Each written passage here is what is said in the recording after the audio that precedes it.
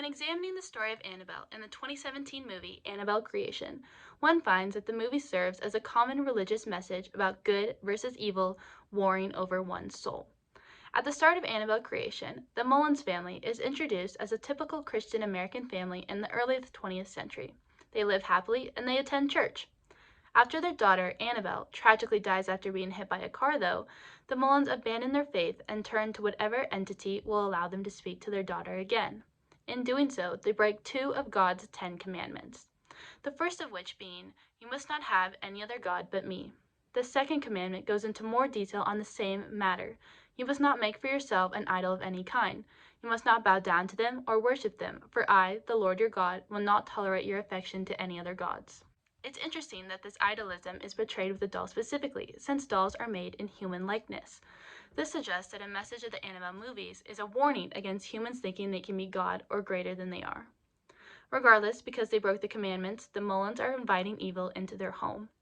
As a demon possesses the Annabelle doll, the Mullins meet a grisly end, as the mother, Esther, dies with her body horizontally bisected, the top half crucified to the wall like a cross, and the father, Samuel, dies after his crucifix is ineffective. Both of these images reflect the idea that, in abandoning their faith, God could no longer protect the Mullins from evil. Given that the writer of Annabelle Creation, Gary Daverman, identifies as a Christian, Annabelle as a monster seems to culturally represent the consequences of straying from Christianity. Dolls themselves have also long been connected to the idea of witchcraft and evil, as seen with voodoo dolls. In Western media, voodoo dolls are commonly depicted as vessels made by Caribbean cult members who bear a grudge against an enemy. The maker thrusts pins into the doll, and the target is cursed with misfortune, pain, and even death. Here, dolls are a vehicle of evil and inflictment, similar to the way that Annabelle acts as a vessel for the demon to inflict pain on others. It's also interesting to note that as a demon, Annabelle cannot be killed. Despite multiple shown attempts of the characters trying to destroy the doll, Annabelle always comes back. Ed Warren himself describes how even if they managed to destroy the doll, it wouldn't actually destroy the demon inside, and that the demon would just move on to possess another object.